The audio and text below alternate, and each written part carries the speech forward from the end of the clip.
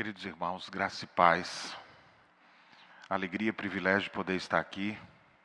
Fico lisonjeado com a fala do pastor Geraldo, especialmente pelo último título que ele deu, meu amigo. Como é bom poder ter essa fraterna amizade ao longo desses 15 anos que estamos aqui no Rio Grande do Sul. Ele já está mais tempo aqui, mas ao longo desses 15 anos tem sido realmente uma boa companhia, um irmão dedicado, um exemplo para nós. Quero também trazer uma saudação especial da nossa igreja em Canoas. E parte dos irmãos de Canoas também estão aqui e vieram nos acompanhando desde ontem, quando estivemos ali em Veranópolis, e hoje pela manhã podendo cultuar aqui com os irmãos em Bento. Louvamos a Deus pela vida do presbítero Antônio, sua esposa, seus filhinhos, que são responsáveis por esse trabalho aqui. Parabenizar a igreja, graças a Deus o trabalho crescendo, a gente fica feliz com isso. E ainda mais nesse novo espaço, porque eu ainda não tinha vindo aqui, vi somente pelas fotos, então ficou muito legal. Graças a Deus por isso, que Deus continue abençoando para que em breve nós possamos também já ter o nosso próprio patrimônio e não sair mais. Será que vai ser aqui mesmo? Será que vai ser em outro lugar? Não sabemos, mas a igreja não está restrita a um espaço físico. Em qualquer lugar que a gente se reúne, ali está o corpo de Cristo. Então a gente se alegra em estar com os irmãos nessa manhã e desejamos que Deus continue abençoando o povo de Deus, o povo presbiteriano que congrega aqui em Bento Gonçalves. E nós esperamos que muito em breve esse trabalho possa ser organizado. E a gente possa ver aqui uma igreja, e a partir dessa igreja consolidada, o plantio de outras igrejas, porque de um certo sentido nós temos visto a serra florescendo. Graças a Deus por isso. Trabalho que era pesado, difícil, aos poucos o trabalho está florescendo e nós ficamos felizes de não apenas ver isso, mas participar desse processo, de ver o reino de Deus avançando nas terras do sul e a gente podendo ser um instrumento de Deus para isso. Você que faz parte dessa história, alegre-se também pelos avanços que nós temos visto aqui nas terras do sul. Na Serra nós já temos 3 igrejas organizadas e 2 congregações já ativas, outros pontos de pregação surgindo já na Serra, e a gente já visualizando outras possibilidades. A Serra está florescendo. Não sei se é a época da uva, mas eu sei que está florescendo aqui na Serra e a gente louva a Deus por isso. E essa igreja tem um papel fundamental nesse trabalho de expansão, porque é uma cidade estratégica, Bento Gonçalves, aqui cercada por outras cidades. Então, daqui fortalecer o trabalho para ir para outras cidades. Inclusive, eu já estava vendo aqui, ó, o fotógrafo não é daqui, né, já está em outra cidade. O tocador de violão não está aqui. Ou seja, são pessoas que acabam vindo. Deve ter mais alguém de outro lugar que acaba vindo também. Tem uns que vieram até de Gravataí, também, para cá hoje. Eu estou vendo uns de Canoas ali, que estão aqui hoje. Então a gente fica feliz de ver essa movimentação, porque melhor do que numa igreja perto da sua casa, é ir em busca de uma igreja em que você possa cultuar a Deus com tranquilidade de alma. De você não estar lá assim meio que, meu Deus, eu não acredito que Ele vai mandar a gente rodar 7 vezes agora, com a espada do Espírito. Eu não acredito que eles vão cantar essa música. Aí você fica ali, mas com o coração, eu não acredito nessas coisas.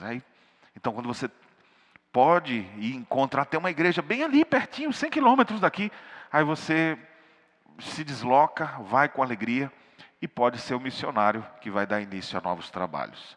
Então nós estamos nesse momento de ver o sul florescendo e de modo especial a Serra Gaúcha florescendo, e que Deus nos dê graça. Cada vez que a gente passa numa cidade dessas que não tem trabalho presbiteriano, a gente para e ora.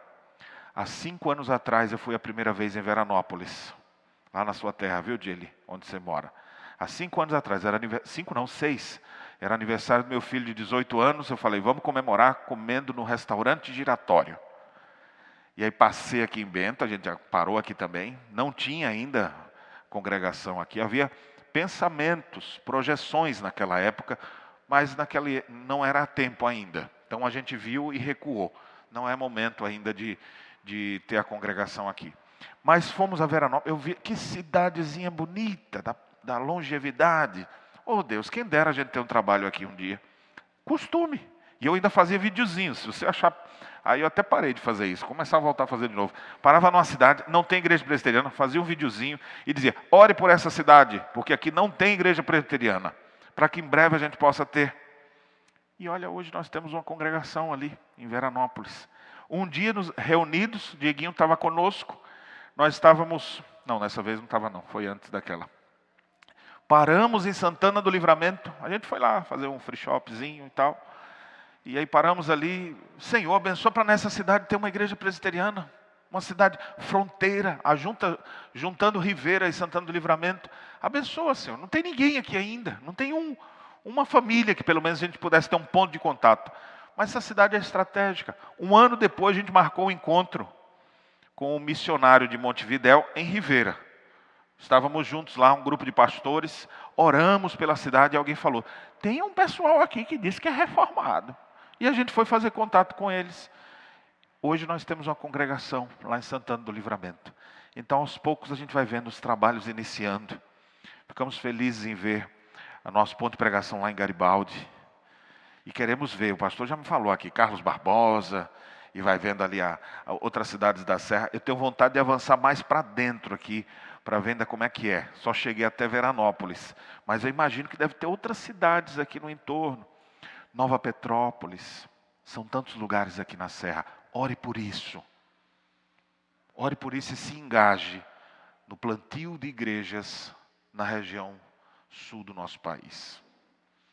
Vamos meditar na palavra do Senhor nesse instante? Eu quero convidá-los a abrirem a palavra do Senhor na segunda carta de Paulo aos Coríntios. 2 Coríntios capítulo 6.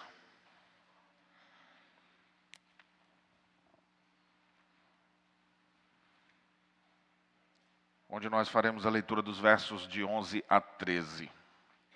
Ao falar da importância da gente orar e se envolver com a obra missionária, esse era o pensamento do apóstolo Paulo. Paulo queria ver toda a Ásia tomada por igrejas. E quando ele viu que já não tinha mais campo de trabalho para ele, ele disse, eu quero ir agora para a Espanha, porque para lá ainda não tem ninguém. Aqui já tem fundamentos lançados e eu não vou ficar lançando sobre o fundamento alheio. Então já estou pensando em ir para outro lugar. Porque olha o quanto aquele homem trabalhou. Já encheu aqui, não tem mais campo de atuação, vou para a Espanha. Mas antes disso, ele plantou várias igrejas, entre elas essa igreja de Corinto, que recebe do apóstolo Paulo a maior quantidade escrita do Novo Testamento. Na verdade, é o maior volume escrito a uma igreja só. Se você pensar que Paulo escreveu pelo menos 4 cartas para essa igreja, você fala, puxa vida, enquanto umas receberam 2 capítulos ali, só uma cartinha pequena ali, 4 capítulos, a gente tem o apóstolo Paulo escrevendo pelo menos 4 cartas. A primeira a gente não tem acesso, ela não foi preservada. Mas nessa primeira carta, Paulo já diz assim, em carta já vos escrevi. Então que carta foi essa, né? A que nós chamamos de primeira, na verdade, é a segunda. Há ainda uma terceira carta que o apóstolo Paulo escreveu, que também se perdeu. Essa que nós vamos ler, tudo indica que é a quarta carta que ele escreve. Então, quase 30 capítulos escritos só para a igreja de Corinto. E uma igreja difícil, uma igreja problemática. Mas a gente louva a Deus até por isso, porque os problemas que o apóstolo Paulo resolveu em Corinto são soluções bíblicas para nós hoje em dia. Então a gente precisa aprender a dar graças a Deus por tudo, né? Até aquelas coisas que a gente não entende. Naquela perspectiva de José, não fostes vós que me enviaste para cá, Deus me enviou. Então quando você tem uma visão maior da soberania de Deus, você consegue enfrentar os problemas de maneira mais eficiente. Assim também, por que a gente passa por isso? Por que eu passei por esse problema? Por que aconteceu isso na minha vida? No primeiro momento é difícil de você ter uma resposta, mas olhando pelo prisma maior, Deus tem um propósito para tudo. Todos os problemas da igreja de Corinto, Deus fez com que o apóstolo Paulo escrevesse, e aquilo serve de orientação para todas as igrejas pelo mundo afora. Como o Dr. Augusto Nicodemos escreveu seu livro intitulando o seu comentário dessa carta, uma igreja complicada, de fato é. Mas nós somos assim, né? Tem gente mais complicada que você? Tem gente mais complicada que o seu marido? A esposa diz, não tem não, pastor. Esse é complicado. Tem gente mais complicada que seu esposo? Sua esposa? Tem gente mais complicada do que nós, crentes. Pense num povo difícil de lidar também. Pense num povo melindroso, que com qualquer coisa pode ficar arrepiado. Então, assim como aconteceu lá em Corinto, acontecem problemas pelo mundo afora. 2000 anos ainda acontece a mesma coisa, porque o problema não está na igreja como instituição, nem no corpo de Cristo, mas no coração daqueles que são membros da igreja. Nós somos pecadores.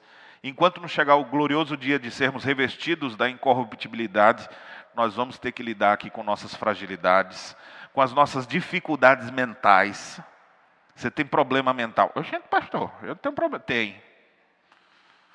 Você sofre de efeitos noéticos que afetam a maneira de você pensar e raciocinar.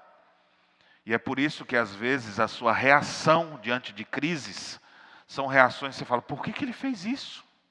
Mas há uma lógica, só que é uma lógica deturpada dentro de uma mente pecadora. Na glória do céu nós não vamos ter mais isso. Mas aqui a gente tem dificuldade de processar coisas, de processar perdão, de processar o andar segunda milha. Tem pessoas que a gente queria pedir a Deus que levasse logo para o céu. Ou, para falar a verdade, eu acho que a gente preferia que fosse para o inferno. Mas essas são dificuldades da nossa mente pecaminosa.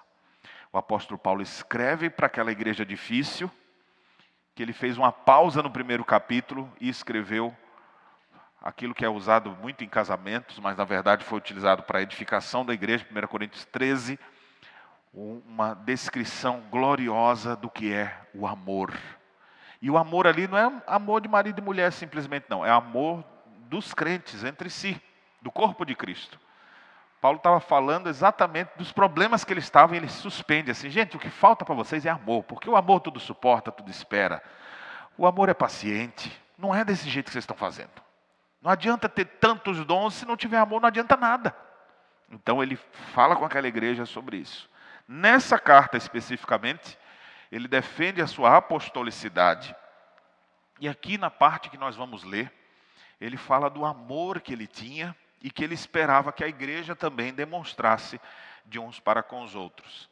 Nesse dia então que nós vamos criar uma sociedade interna aqui na congregação, no dia que nós vamos estabelecer a SAF, Sociedade Auxiliadora Feminina, eu gostaria que a gente pudesse pensar sobre esse amor que devemos demonstrar de uns para com os outros. Afinal, uma sociedade interna, dentro da estrutura da Igreja Presbiteriana do Brasil, ela é uma força de integração. Se alguém pergunta, o que é SAF? Porque eu já fui numa cidade que tinha escrito SAF. Quando eu fui olhar, era uma loja de móveis. Já fui em outra cidade que tinha uma placa SAF. Eu falei, ué, é o povo da igreja? Não, era Serviço de Assistência Funerária. Aí você chega agora, vamos criar uma SAF. O que é isso? Força de integração. É um grupo de mulheres que se reúnem para se integrar mais. E quando chegar alguma irmãzinha na igreja, vai ter integração. Na verdade, são 5 forças de integração que a gente tem na igreja. E que aos poucos, à medida que a igreja avança, nós vamos criando. É a SAF das mulheres, a União Presbiteriana de homens, a União Presbiteriana de jovens, ou de mocidade, de adolescentes e de crianças. Quando chegar as crianças, elas vão ter atividades para elas, o CP. Adolescentes, fase rápida, mas vai ter ali a UPA, encontros. E isso faz parte da nossa identidade presbiteriana. Não como doutrina, especificamente, dos nossos símbolos de fé, mas como forma de governo. O termo presbiteriano vem disso. Da nossa forma de governo através de presbíteros eleitos pelo povo. E aí vem as representações. Tem um conselho, presbitério, sínodo, Supremo Concílio. E essa mesma estrutura acontece para criar integração entre grupos da igreja, de acordo com suas faixas etárias, a nível local, a nível de presbitério, de sínodo e de maneira nacional, com as confederações. Então é importante você saber disso. Você vai fazer parte da SAF agora, as irmãzinhas, logo mais nós teremos a constituição da SAF. Tem uma SAF aqui, tem uma SAF em Farroupilha, tem uma SAF em Veranópolis. Daqui a pouco dá para juntar as 3 SAFs para fazer uma programação especial e criar integração entre essas mulheres. Mulheres mais novas, mulheres mais experientes. Deus me livre, chamar as irmãs de velhas, né? Então você vai ter esse equilíbrio das mulheres. Queira Deus, dentro em breve a gente possa criar aqui a UPH, a UMP, a UPA, a UCP. Para quê? Com qual objetivo? Integrar as pessoas. O texto que nós lemos, inclusive, vai falar sobre isso. Desse povo que se integra, como eles devem viver, do amor, que é o vínculo da perfeição. Então vamos atentar agora à leitura do texto e algumas aplicações que ele pode nos trazer daquilo que Paulo ensinou a essa igreja complicada, mas que não é muito diferente dos nossos dias e cujas aplicações são fundamentais para nós. Diz o texto sagrado assim, acompanhe, versos 11 a 13. Para vós outros, ó coríntios, abrem-se os nossos lábios e alarga-se o nosso coração. Não tendes limites em nós, mas estáis limitados em vossos próprios afetos. Ora, como justa retribuição, falo-vos como a filhos. Dilatai-vos também vós. Amém. Olha que interessante que o apóstolo Paulo fala aqui. Vocês não têm limites em nós. Você viu a palavra amor aparecendo aqui no texto? O título em negrito que está aí, qual que é? Está na sua Bíblia. O amor, com amor se paga. Isso aqui é uma nota explicativa do tradutor, mas não é o texto mesmo inspirado. Ele fala 2 vezes a palavra amor no título. O amor, com amor se paga. Você lê do 11 ao 13, você viu a palavra amor aí? Será que é um título errado? Nem fala de amor aqui, pastor. Como é que botou aqui dizendo que é sobre amor? Eu queria já fazer uma aplicação cristocêntrica antes da gente avançar aqui.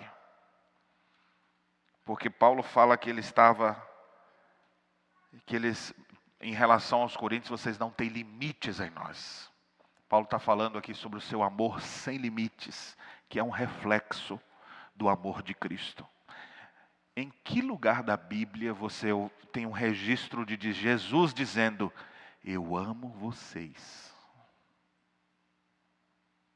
Você conhece? João 3,16, pastor, porque Deus amou o mundo. Sim, ali é João descrevendo.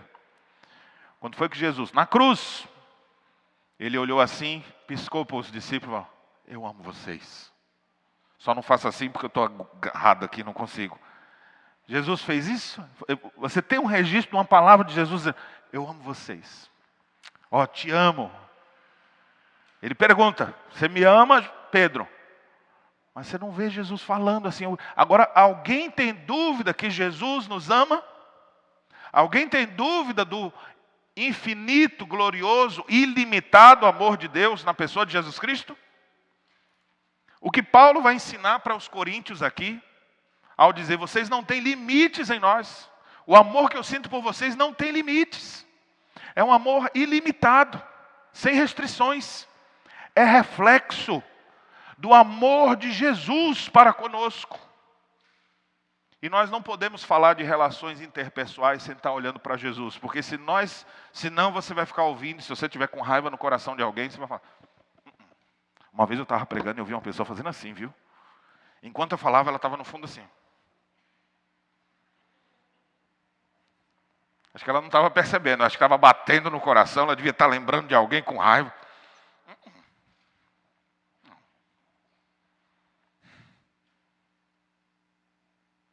Você pode ouvir aqui, de repente eu falar, irmão, aprenda a perdoar, e você.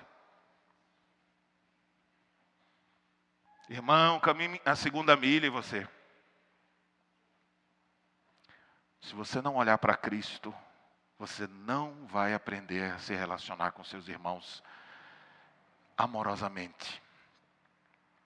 Que o amor sem limites que Paulo se refere é um reflexo do amor de Jesus Cristo, derramando sua vida, seu sangue na cruz do Calvário para nos redimir.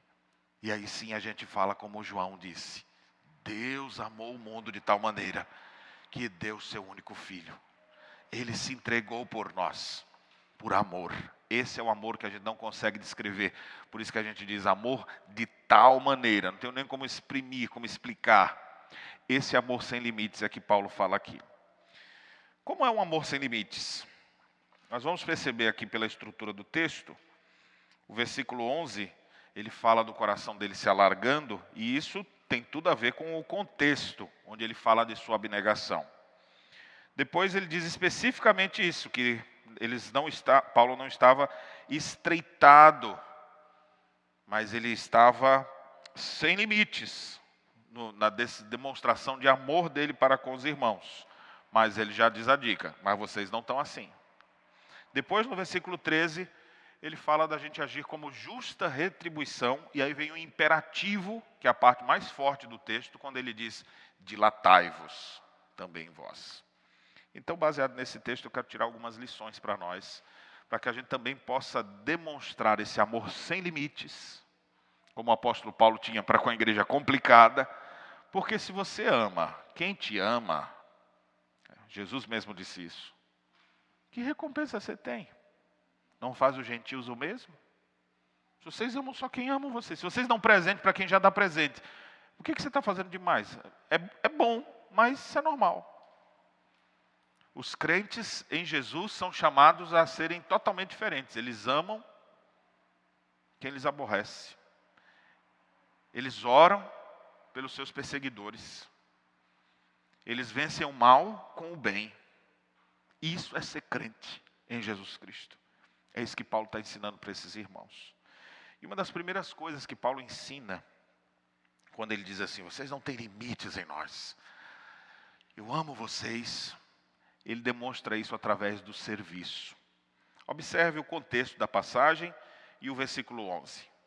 A partir do verso 4, ele diz assim: pelo contrário, em tudo recomendando-nos a nós mesmos como ministros de Deus. Aqui temos uma das listas do apóstolo Paulo.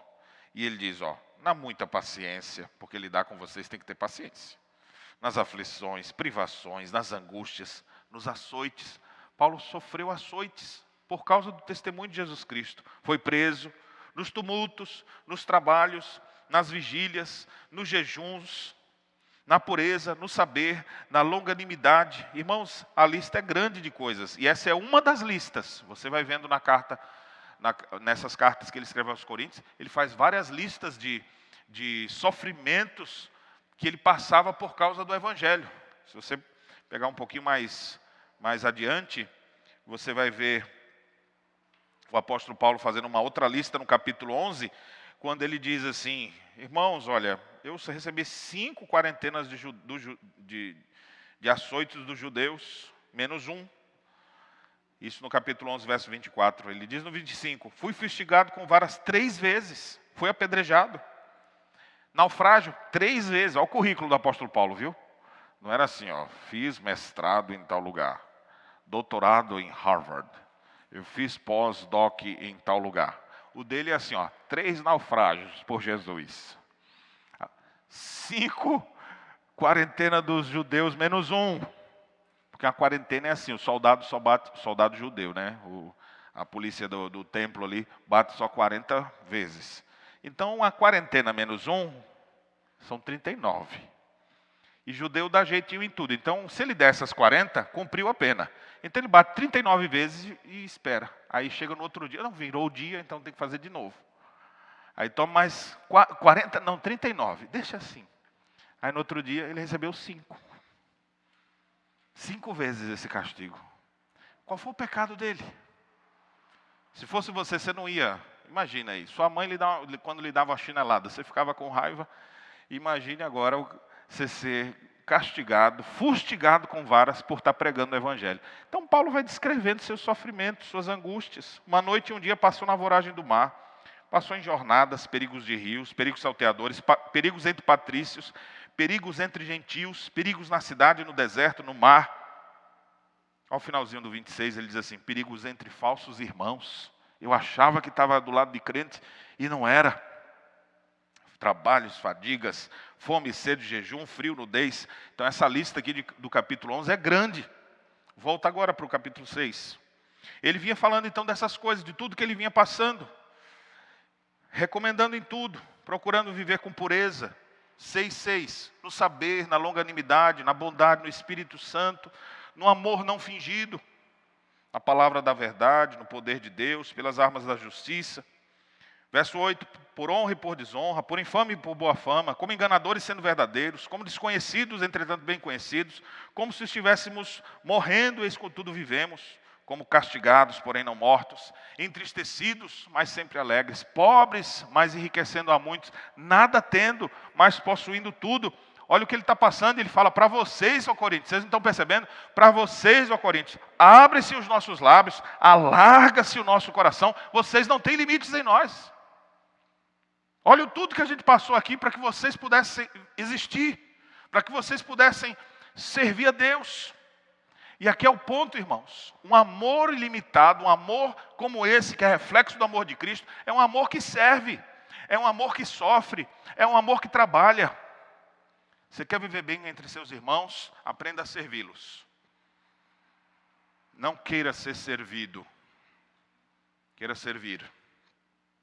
Mais bem-aventurada coisa é dar do que receber.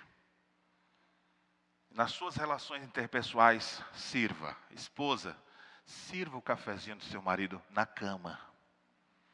Benzinho, olha o que eu trouxe para você. Aí não merece não, pastor. Um dia você, maridão, serve a tua esposa.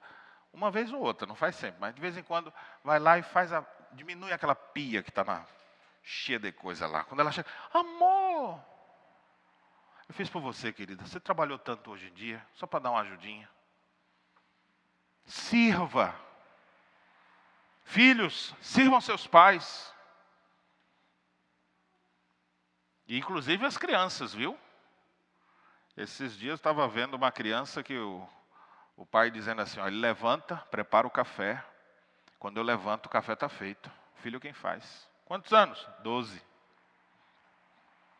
Geralmente é o pai que vai, levanta filhinho, o que você quer tomar? Ovo maltine, iogurte desnatado, quick, cafezinho com leite ou leite puro? Não quero nada. Ai meu Deus, esse menino, não sei o quê. Não, sirva. Vamos inverter esse negócio aí, vamos botar os meninos no lugar deles. E você que é menino crente, sirva seus pais. Pais, sirvam uns aos outros, sirvam seus filhos. Amem com demonstrações de serviço. Estenda a mão, ajude, levante, dê lugar. Tem gente que fica sentado só esperando tudo chegar até você. Mas aquele que ama, ele serve, ele estende a mão. E esse serviço em todos os aspectos, inclusive com seus desafetos. Sabe aquele irmãozinho? Ah, pastor, vai estragar meu dia se eu continuar. Sabe aquele desafeto que você tem? Aquele irmãozinho que você fala assim, Senhor, por que o Senhor não levou para a glória do céu? Ou para onde o Senhor quisesse levar? Ore a Deus pedindo uma oportunidade para servi-lo. Vença o mal com o bem. Lhe fez mal?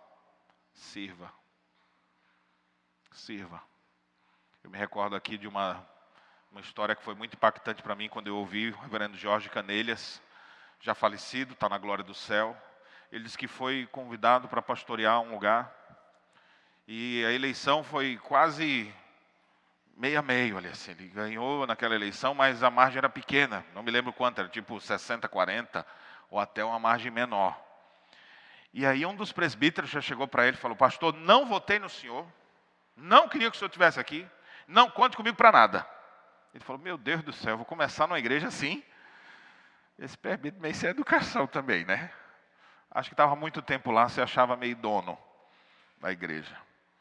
E ele, como é que eu vou trabalhar já assim? E ele ia, toda vez que tinha alguma coisa, era sempre do contra. E ele conta, o pastor Jorge então contava que ele orava a Deus. O Senhor me deu uma oportunidade para servir esse homem. Ele disse que estava em férias com a família. Devia estar em férias no Nordeste, naquelas praias feias, né, de Alagoas ou de Recife. Enquanto ele estava lá maravilhado, ali descansando, alguém ligou para ele: pastor, a esposa do presbítero fulano de tal morreu.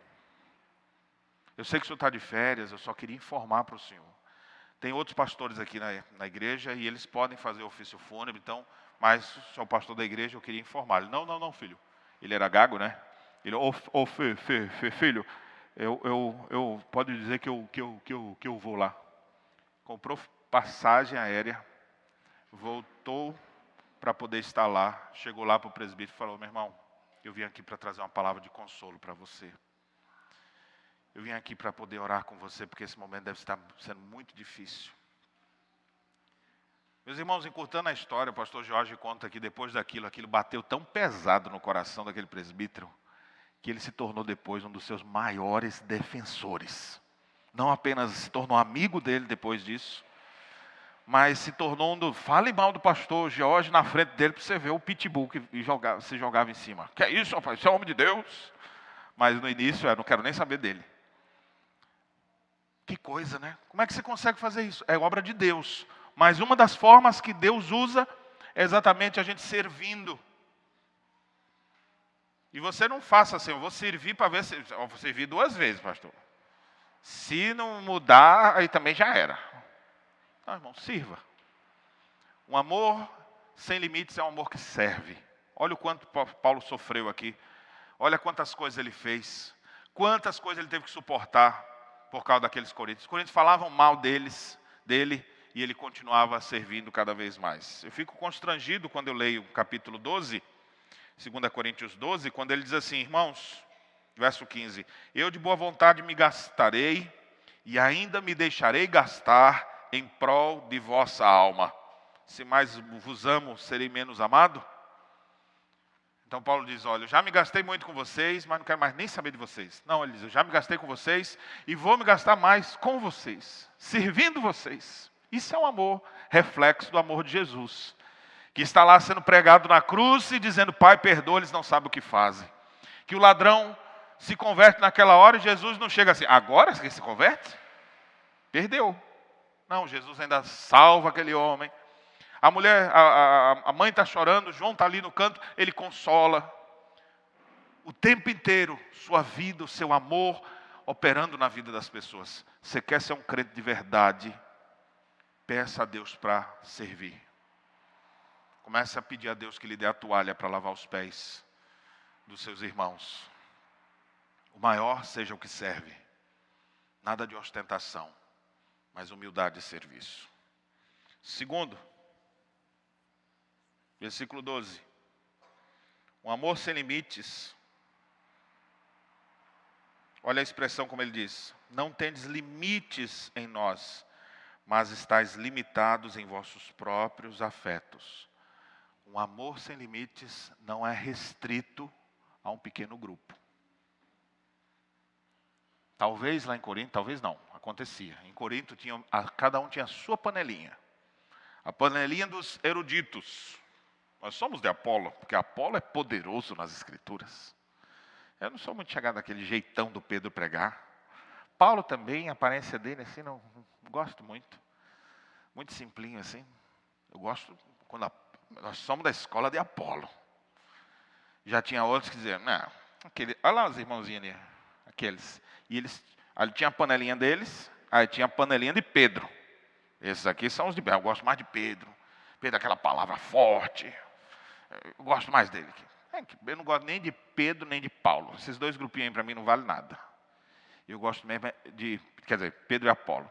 Eu gosto do apóstolo Paulo. Então Paulo tinha um grupinho que gostava dele também, em detrimento dos demais. E tinha ainda um 4º grupo que dizia: Pedro, Apolo, Paulo, eu sou de Jesus. Eu sou só de Jesus. Aí parece que esse é mais crente, né? Esse devia ser o pior de todos. É aquele que não se submete a ninguém, que não tem nenhum líder como referencial. Nós somos só de Jesus, eu obedeço só a Jesus. Não quero saber de nada disso. Eles estavam restritos em seus afetos. A exortação do verso 12 é: vocês estão limitados em vossos próprios afetos. Ou seja, você aprendeu a demonstrar amor por um determinado grupo de pessoas mais restrito e você não está fazendo como deveria fazer. Ao contraste, início do 12. Não tendes limites em nós. Ou literalmente poderia ser traduzido também. Não, vocês estão estreitados. Em nós, vocês não estão estreitados. Mas entre vocês, estão muito restritos. Não entra ninguém. E, meus irmãos, eu falei no início ali na introdução da importância da plantação de novas igrejas. Como é que nós vamos plantar novas igrejas se nós estivermos limitados em nossos próprios afetos? Quem entra? Vamos criar SAF hoje. Aí as irmãs vão ficar uma bênção assim, vai chegar irmãs novas. E não tenho tempo para olhar para essas. Vou olhar só para as que nós já estamos. Não, você tem que ter um olhar. Percebendo as coisas. Quem são as pessoas que estão ao nosso redor? Você não pode restringir o seu círculo mais íntimo. Eu sei que a gente tem. E alguns costumam fazer um círculo tão apertado que só cabe ele. Você compra coisas para quem? Para mim. Eu até compro para os outros, né? Eu comprei uma jaqueta de couro, lá em Bento Gonçalves, R$900. Mas meu filho estava precisando também, eu vi uma na promoção de 15. Tudo bem que não era cor, mas parecia. Então essa é para ele. Para mim, o melhor. Para os outros, alguma coisa. Bem, às vezes a pessoa só vê ela mesma. Mas alguns já evoluíram. Então eles já não pensam mais só em si. Eles ampliaram um pouco o círculo e botaram a família dentro. Não, meu negócio é viver para a minha família. E eles se dedicam à família, aos filhos. Que bom, melhorou, né? Mas é só a família? Uma vez eu encontrei um crente que dizia assim: não, pastor, meu ministério é cuidar da minha família. Eu não vou ficar me gastando na igreja, fazendo isso. Eu falei: se eu pensasse que nem você, hein? Será que você ia estar na igreja hoje? Se eu ficasse só pensando na minha família, você ia estar aqui hoje? Porque a gente começou a conversar, nós discipulamos você, nós trouxemos você, recebemos você. Se eu estivesse só pensando na minha família, você ia estar onde hoje? É bom se preocupar com a família, mas você não pode ficar tão estreitado assim. Ah, pastor, mas eu já abri mais o leque. Já tem mais duas famílias que eu botei dentro aqui. Que bom. Irmãos, a gente precisa ampliar isso aqui. Eu vou falar mais disso aqui no final. Mas a ideia é, aqueles irmãos estavam restritos demais. Vocês estão limitados em seus próprios afetos. O amor de vocês parece que tem doses. Até aqui vai, para outras direções, não. E um amor sem limites não é assim. Não fica restrito a um pequeno grupo. Eu costumo dizer, inclusive em casa, para os meus filhos, falo para jovens e adolescentes, inclusive, que às vezes criam um amigo, especialmente adolescentes ou pré-adolescentes. Criou uma amizade com um amiguinho ali, que não quer mais outro, até a hora que eles brigam. E essa amizade, geralmente, de adolescente, é uma amizade de chiclete, né? Então, eles grudam ali, é de manhã, tarde, de noite. Na hora que solta também, solta arrancando um pedaço. Não fique restrito a um só. Aos pais, eu até diria, já tem filhos? Sim, pastor, temos um filho. Pensa no segundo. Ah, não, pastor, dá muito trabalho ter filho. Pensa no terceiro. Né? Eu já vi o irmãozinho ali com as duas crianças, já tem um outro loading aí, né? Carregando. Então a gente fica feliz. Vamos sim, não restrinja. Vamos ampliar nossos leques de amigos. Quem são seus amigos? Não, já tenho 2 amigos maravilhosos. Pode ter o terceiro, quarto. E o detalhe, às vezes o seu melhor amigo ainda não apareceu no seu caminho. Ainda vai vir. Talvez a irmãzinha que vai ser a melhor amiga da sua vida, até o dia da sua morte, você ainda não conhece. Mas se você ficar restrito ao grupo que você tem, você nunca vai conhecer. Então, nós precisamos entender que não devemos ficar limitados apenas a esses pequenos grupos que nós já temos. Uma aplicação também aqui para a própria igreja. Estamos aqui em Bento. Vamos pensar em outras cidades? Não, vamos pensar só na cidade aqui, porque Bento cabe umas 10 igrejas. Eu não duvido. Mas vamos ampliar. Outros bairros, outras regiões, outras pessoas, outras culturas. Estejamos abertos a isso. Um amor ilimitado é assim. Jesus veio para o que era seu, seus não receberam, e ele não falou, então agora eu não quero mais nada com ninguém, vou ficar aqui fechado em mim mesmo. Não. Todos quantos receberam, deu-lhes o poder de se tornarem filhos de Deus, judeus, gentios, pessoas das várias culturas diferentes, espalhadas pelo mundo inteiro. O amor dele sem limites fez isso. O apóstolo Paulo entendeu isso, e nós precisamos entender também. Mais uma aplicação que nós temos no versículo 13 agora, desse amor ilimitado. Antes da ordem final que aparece no verso 13, ele diz assim, ora, como justa retribuição. Um amor sem limites é um amor em justa retribuição. Pastor, pois se eu for retribuir o que os outros estão me semeando, então aí é que eu não vou demonstrar amor por ninguém. Se você está vivendo momentos difíceis de relacionamento, onde muitos embates, brigas, você vai dizer assim, é para eu fazer como estão fazendo comigo? Tem que retribuir, é? Então aí vai acabar com tudo mesmo. Bem, qual é a justa retribuição? O texto fala de justo. A gente lembra de justiça. E a gente lembra mais uma vez do que Cristo fez por nós. A justa retribuição não é você pagar o mal que o outro te fez, mas você lembrar de como Cristo operou em nossos corações. Vocês foram perdoados de todo o montante de dívida que vocês tinham. Se alguém tem pequenas dívidas com vocês, aprendam a perdoar também. Retribuam ao grande amor de Deus para conosco, retribuam isso aos outros. E Paulo fala isso de uma forma carinhosa, ele diz assim, como filhos. Eu não estou falando isso para vocês assim, tipo apertando vocês, você tem que fazer. Mas é de forma amorosa. Eu falo a vocês como filhos. Retribuam. E até mesmo o apóstolo Paulo, que foi muitas vezes censurado, criticado, desprezado por aqueles próprios irmãos, e ele continua ali ensinando e retribuindo. Mas não é retribuindo o que eles fizeram, é retribuindo o que Deus fez por eles, por ele. Se alguém vai demonstrar amor para com alguém, não é porque recebeu primeiro dessa outra pessoa. Às vezes, a pessoa não lhe fez nada de bom. Eu já conheci muitas famílias que sofreram, ou até hoje sofrem, por causa das maneiras como foram criados. Pela falta de afeto, pela falta de perdão, de seus pais. Não tiveram isso. Aí eles vão agora, não, meu pai me ensinou assim, pois o meu filho vai ser igual. O que você aprendeu de bom, transmita. Mas o que não é bíblico, você corta fora. Meu pai nunca pediu perdão, então, em justa retribuição que Cristo fez por mim, eu vou aprender a pedir. Meu pai nunca foi afetuoso, nunca disse eu te amo. Então eu também, em retribuição ao que Cristo fez por mim, eu vou procurar demonstrar mais afeto, mais cuidado, mais amor para com os meus irmãos. A retribuição justa,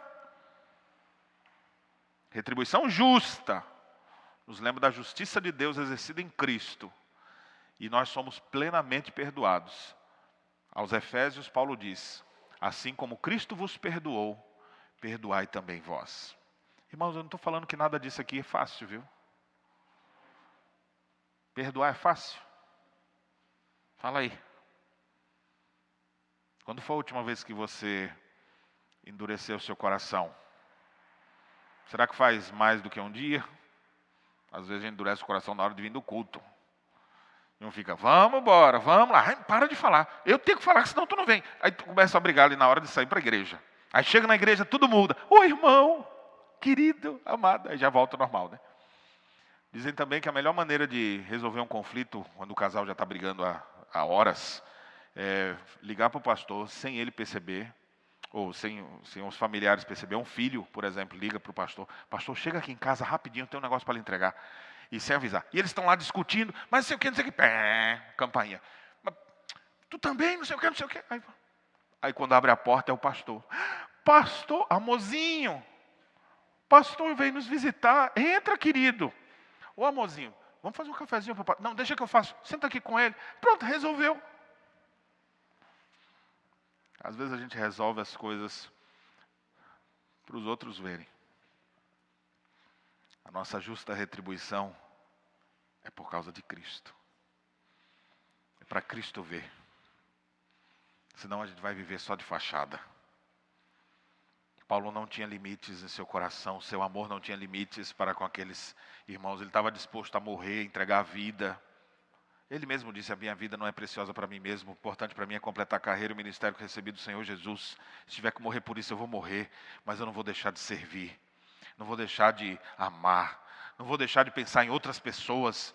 Tem aquela região que não tem ninguém, eu vou para lá. Se me matarem lá, eu morro feliz. E se não me matarem, vai ter novos irmãos naquele lugar ali. E assim ele avançava, ele dizia: irmãos, vocês não podem viver desse jeito que vocês estão. Limitados, vocês precisam aprender a retribuir. Por último, irmãos, versículo 13 agora. Um amor sem limites é um amor que se dilata. E aqui vem o imperativo do texto, porque se você percebeu, versículo 11, ele faz a declaração dele: nosso coração se alarga, nossos lábios se abrem. Vocês não têm limites em nós. Aí vem a censura: mas vocês estão limitados nos seus próprios afetos. Ora, como justa retribuição, então agora eu vos digo. Então vem o imperativo mais forte da perícope desse texto: dilatai-vos também vós. Observe rapidamente aqui alguns detalhes desse verbo dilatar. Você sabe o que é dilatar, não sabe? A ideia de... Você já deve ter feito a dilatação de pupila em algum momento de fazer um exame. A palavra dilatar aqui ela é muito interessante, porque ela vem de uma raiz grega, de uma palavra que foi transliterada para a língua portuguesa, que é a palavra plateia.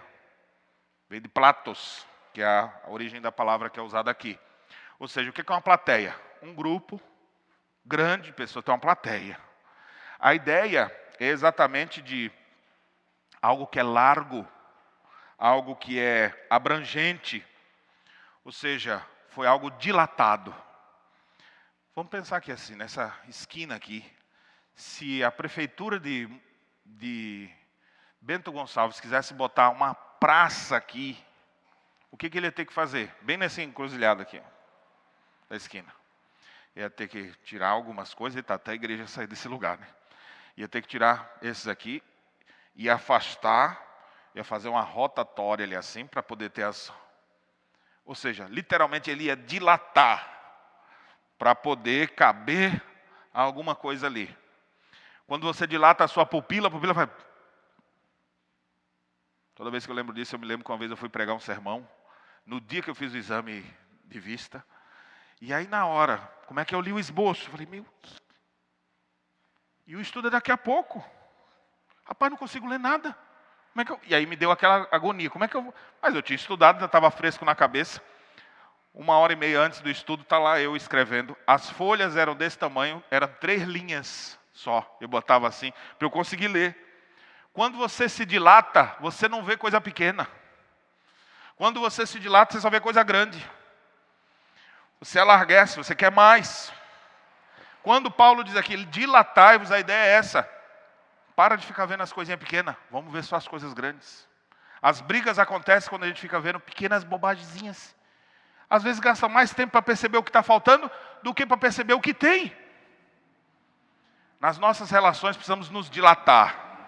Mas, não vou não, aquele irmãozinho, como é que eu vou ter amizade com ele? Ele tem isso. Você está destacando os piores aspectos dele e esqueceu todo o aspecto positivo que ele tem. Dilatai-vos.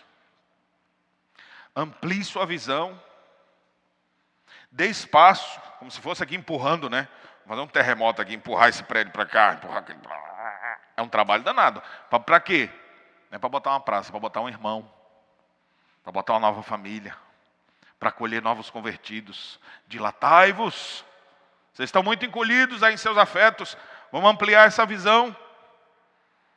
Vamos botar mais gente aqui dentro. Alguns detalhes sobre esse verbo. Primeiro, ele é imperativo. Então é ordem de Deus. Você não pode dizer, não vou fazer isso não. É ordem de Deus, você não faz, está em pecado.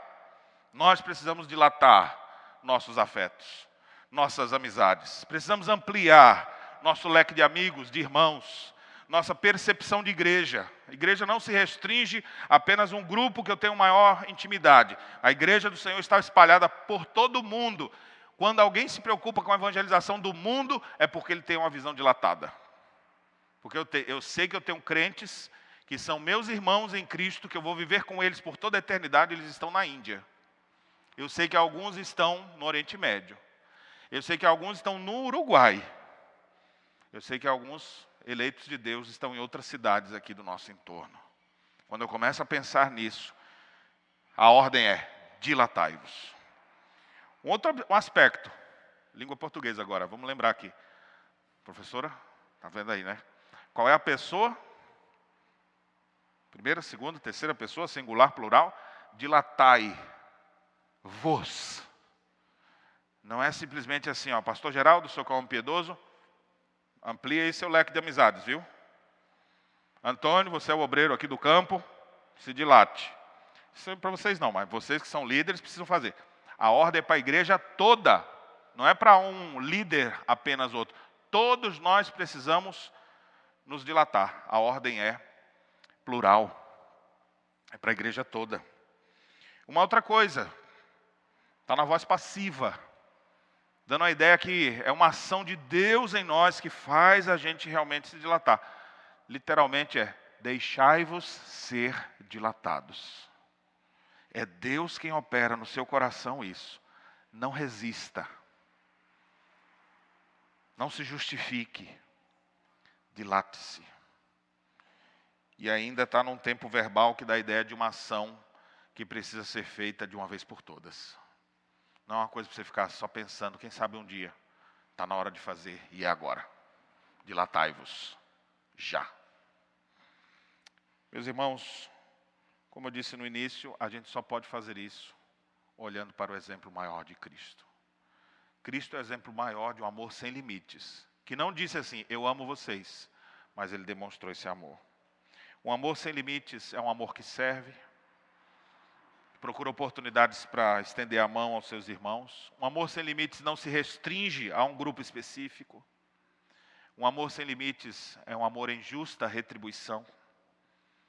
Um amor sem limites é um amor que está, de uma vez por todas, dilatado.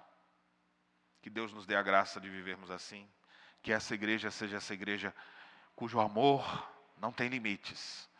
E vocês não têm ideia do que Deus é capaz de fazer com uma igreja que se sujeita inteiramente à sua vontade. Eu acredito que os coríntios, ao ouvirem isso, mudaram. Se aquela igreja complicada mudou, eu acredito que nós, que estamos bem longe daquele referencial, tem coisas que são parecidas, mas não estamos naquele nível, nós também podemos ampliar muito mais. Então que Deus nos abençoe para que estejamos ilimitados em nossos afetos. Amém.